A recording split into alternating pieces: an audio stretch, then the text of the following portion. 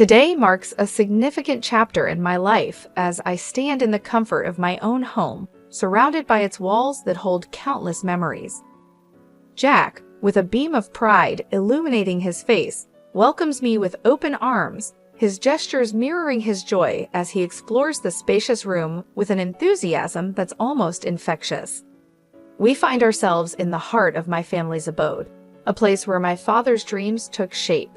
Blessed with considerable wealth, my father poured his heart and soul into this home, transforming it into a masterpiece valued at an astonishing $100 million. This house stands as a testament to his dedication and passion, a legacy he entrusted to me before his departure from this world. Now, as I navigate through life without him, my husband asserts his claim over this cherished inheritance, suggesting that what was once solely mine should now be recognized as ours. Despite my insistence on its significance to me and me alone, he remains undeterred, armed with a smirk and unwavering confidence. Yet I hold on to proof, evidence that underscores my rightful ownership, documents bearing my name, Sarah, as the sole heir. At 42, my life is intertwined with the digital realm, thanks to my role at an online bank. This career path wasn't chosen at random, but was influenced by the values instilled in me by my parents. With their expertise in financial management, they taught me the importance of fiscal responsibility, lessons that have stayed with me into adulthood. Growing up in affluence, they ensured that I understood the value of money, urging me to appreciate and conserve it. Despite our financial standing, my upbringing was marked by modesty. My allowance hardly surpassed those of my peers, and lavish dining was an exception, not the norm. My education was rooted in the community, attending a local public school over an exclusive private institution. Yet, rumors of our family's wealth spread, painting a picture of a life filled with luxury and endless indulgences. Sarah, with your massive house and wealth, life must be a breeze, right? You must have all the latest gadgets and games. Can we come over to play? Such questions were commonplace, yet they couldn't be further from the truth. My reality was far from the opulence many imagined. Despite not having the most expensive toys or the newest game consoles, the assumption was that I lived a life of extravagance. I often found myself at the center of unwelcome attention, with peers perceiving my family's financial status as an opportunity for their gain. "Sarah, you're wealthy, aren't you? Could you lend me some money?" Such inquiries made me uncomfortable, highlighting a stark contrast between the perceived notion of my lifestyle and the values my parents worked hard to instill in me. In a twist of fate, I found myself in a tricky situation when I accidentally damaged Maria's gaming console. At the moment, my pockets were empty, and the timing couldn't have been worse. Around the same time, July and I had just started our journey as fifth-grade classmates. She questioned whether I had shared this dilemma with my parents, but the fear of their disappointment sealed my lips. "I can't tell them, they might get upset. That's why I'm turning to you, Sarah," she confessed. The thought of saying no weighed heavily on me, fearing it might lead to an uncomfortable atmosphere at school. However, my parents' firm stance on not lending money left me with no choice but to apologize to Julie for my inability to help financially. My refusal left Julie in tears, and it wasn't long before whispers began to spread. Accusations were thrown my way, questioning my reluctance to aid a friend in need given my family's financial stability. I found myself entangled in a situation that I had no part in creating, steadfastly explaining that my hands were tied due to a lack of funds. Amidst this, Maria chimed in with a judgment that stung, suggesting that I valued money over friendship. The situation escalated as Maria and Julie wove a web of lies around me, claiming I had borrowed money without repaying and refused to cover the cost of the broken console. The school's faculty soon untangled the truth, reprimanding Maria and Julie for their actions. Unfortunately, their warnings only fueled the fire, and the rumors spread like wildfire, eventually reaching my parents. In response, my father took it upon himself to address the matter, leading to a meeting with the involved families. Despite receiving half-hearted apologies, I chose to keep my distance from Maria and Julie thereafter, enduring their occasional mocking glances but no direct confrontation. That evening, over dinner, my father offered a piece of advice that I would carry with me for years. With a reassuring smile, he reminded me of the importance of standing firm in my decisions, especially regarding financial matters. "Sarah, always remember, it's okay to say no. You don't have to disclose whether you have money. If someone persists, just say you'll need to ask your parents, even though you know it's not permitted." This lesson on navigating financial disputes with grace and firmness became a cornerstone of my approach to friendships and financial interactions. As I moved on from elementary school and later graduated from university, I became more cautious about whom I invited into my personal space, focusing on building relationships grounded in character rather than material wealth. My career post-university was marked by a deliberate effort to steer clear of financial entanglements, dedicating my energy to my work and maintaining a private personal life. This experience taught me the value of boundaries, both in friendships and finances, shaping the person I've become today. At the age of 35, I crossed paths with Jack, who would later become my partner in life. Our meeting was orchestrated by a mutual friend, and despite Jack being a year my junior, his sincere and buoyant spirit quickly won me over. His candor was a breath of fresh air, and it wasn't long before our casual dating blossomed into a serious relationship. 2 years down the line, we celebrated our union with a vibrant wedding ceremony, much to the delight of my parents, who warmly embraced Jack into our family. About a month into our marriage, my father, perhaps sensing the depth of our bond, proposed the idea of having Jack over at our place. Although I had full confidence in Jack, I harbored some reservations about his penchant for conversation, fearing he might inadvertently divulge sensitive family information.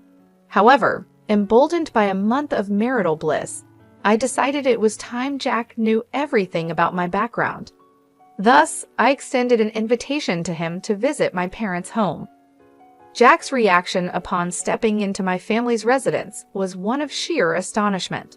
His awe was palpable, a clear indication that the reality of my family's situation had taken him by surprise.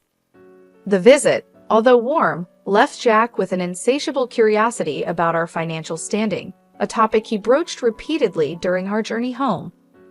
My own knowledge on the specifics of our family wealth was vague, yet Jack's inquiries stirred a sense of unease within me. A few months into our marriage, I received a distressing call from my mother, informing me that my father was to be hospitalized. The news came as a shock, further compounded by the revelation of his recent health struggles, which until then had gone unnoticed by me. Reflecting on our last visit, I recalled my father's diminished appetite and frail appearance, which now filled me with regret and concern.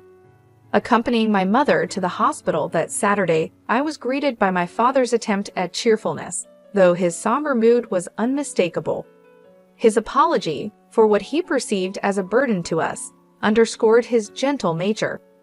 The subsequent diagnosis of advanced pancreatic cancer, with its spread beyond the possibility of surgical intervention, left us in a state of disbelief and sorrow. The notion that someone as health-conscious as my father could fall victim to such a cruel fate was beyond our comprehension. In the aftermath of the diagnosis, my father's resolve was touching. He expressed a desire for our happiness, a sentiment that moved us to tears. Resolved to cherish every moment with him, I found myself restricted by hospital protocols, which limited visits to immediate family members. My father's longing for the presence of friends and the creation of joyful memories at our home was a poignant reminder of the life he wished for us. Determined to honor his wishes, I pledged to uphold the legacy of our home as a place of warmth and joy, even in his absence. The promise to cherish our family home became a testament to my father's enduring spirit and the deep bonds that tied us together. Driven by a desire to fulfill my father's dream, I decided to renovate our family home, a project that became my solace and focus during a challenging time. Jack, ever attentive, expressed concern over how much time I devoted to my father in his final days, oblivious to the complexities surrounding our family estate that I had kept from him. When Jack inquired about my father's health, I confided in him about the difficult journey we were facing, finding some comfort in his support despite the whirlwind of work, hospital visits, and the emotional toll it was taking on me. However, tension surfaced when Jack's curiosity veered towards my father's finances and estate. His suggestions of involving legal advice to discuss financial matters, just in case something happened to my mother, too struck a nerve, dredging up painful memories. While my father had a trusted lawyer, Jack's insistence on being prudent about financial affairs began to create an emotional chasm between us. In the ensuing months, my father bravely fought his illness, but eventually passed away. The inheritance discussions that followed among family members led to me receiving a substantial house valued at $5.5 million. Jack's escalating interest in the inheritance, despite my attempts to keep him at bay, only intensified the strain. His excitement about moving into the big mansion and his intrusive questions about financial details took me by surprise, especially when I learned he had been informed by my cousin at the funeral, whose offhand remarks about the house being a waste if left empty only added to the tension. My explanations to Jack that the inheritance was not communal property seemed to fall on deaf ears, leading to an increase in hostility between us. Although he was present at my father's funeral, Jack distanced himself from the responsibilities and support needed during the subsequent memorial services and inheritance formalities. After some time, as life began to find its new normal, Jack revealed a shocking turn of events. He claimed to have changed the ownership of my family home into his name, presenting legal documents as evidence. This revelation not only breached the trust I had placed in him, but also underscored a profound misunderstanding of the boundaries and respect integral to our relationship. The complexity of navigating inheritance matters had unveiled deeper issues in our marriage, prompting a reevaluation of our values, trust, and the future direction of our partnership. The revelation from Jack left me reeling, struggling to comprehend his actions. He bluntly admitted his fatigue from our relationship, suggesting we could coexist as housemates in the family home, albeit with me receiving minimal financial support. His ultimatum of divorce, if I resisted, was a jarring twist to our already strained relationship. In a mix of shock and despair, I implored him to reconsider his sudden decision and the unauthorized change in property ownership. Jack disclosed that he had sought legal counsel to facilitate the ownership transfer without my consent. The situation escalated to the point where divorce seemed the only viable resolution.